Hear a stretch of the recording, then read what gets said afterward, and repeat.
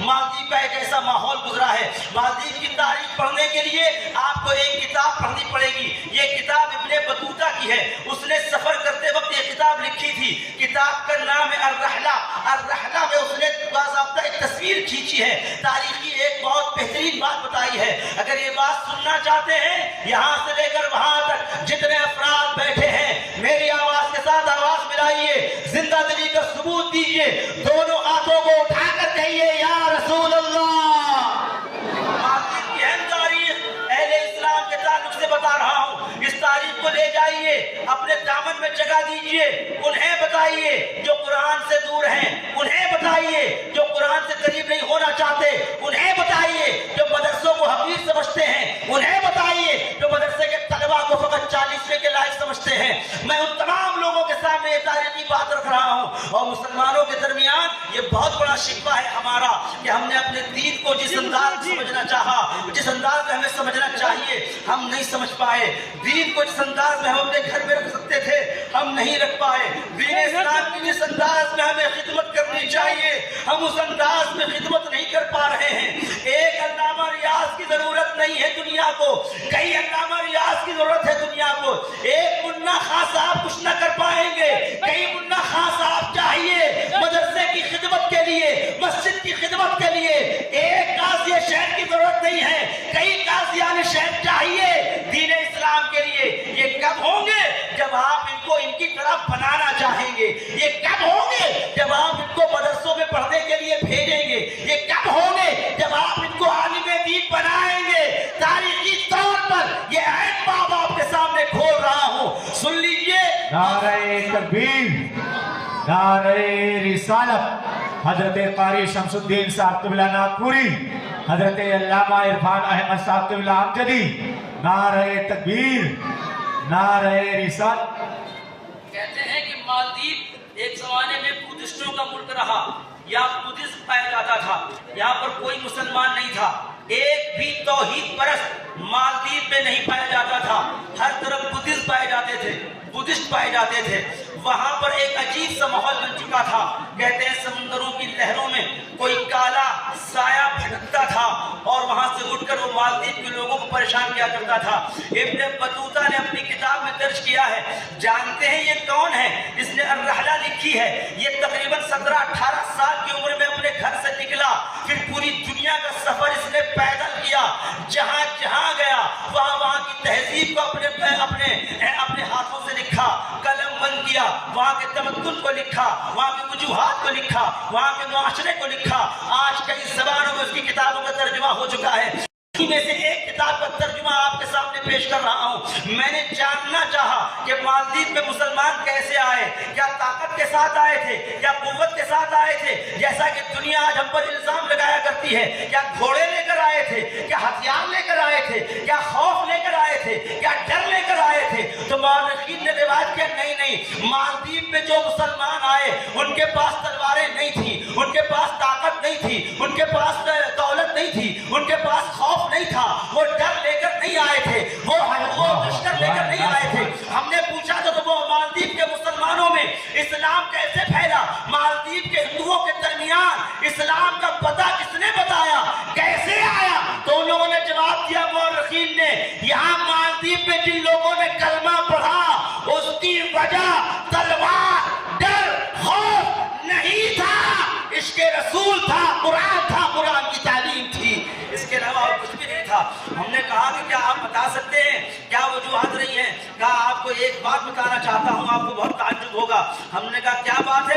کہا پورا مالدیپ جو شراب میں ڈوبا ہوا تھا, بے حیائی میں ڈوبا ہوا تھا, بد اعتقادی میں ڈوبا ہوا تھا, فقط 2 مہینے کے اندر اندر مسلمان ہو جاتا ہے, پورا ملک مسلمان ہو جاتا ہے. ہم نے بہت تعجب کے ساتھ کہا, یہاں مفتی عرفان صاحب قبلہ کو ایک زمانہ ہو گیا سنبھالتے سنبھالتے, علامہ تنویر بلال صاحب کو ایک زمانہ ہو گیا دعوت و تبلیغ کا کام کرتے ہوئے, صوفی لال محمد صاحب کو ایک زمانہ ہوا لوگوں کے درمیان اصلاحی گفتگو کرتے ہوئے, مفتی عرفان مرکزی صاحب کو ایک زمانہ ہوا لوگوں کے درمیان جا کر سنتوں کو عام کرتے ہوئے, لیکن زیادہ فرق نظر نہیں آتا.